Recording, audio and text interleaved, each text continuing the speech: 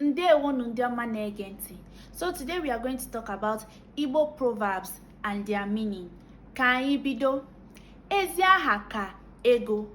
Ezi aha ka ego, meaning a good name is better than great riches. Udo dịrị ndị chọrọ udo. Udo dịrị ndị chọrọ udo, meaning peace be unto those who want peace. Ezigbo enyi ka ajọ nwanne. Ezigbo enyi ka ajọ nwanne. A good friend is better than a bad brother or relative. Ụwa bụ ofu mbịa. Ụwa bụ ofu mbịa, meaning this life you only come once. Ụwa zuru onye. Ụwa zuru onye, meaning who has it all. Ọnụ kwuru njọ ga-ekwu mma.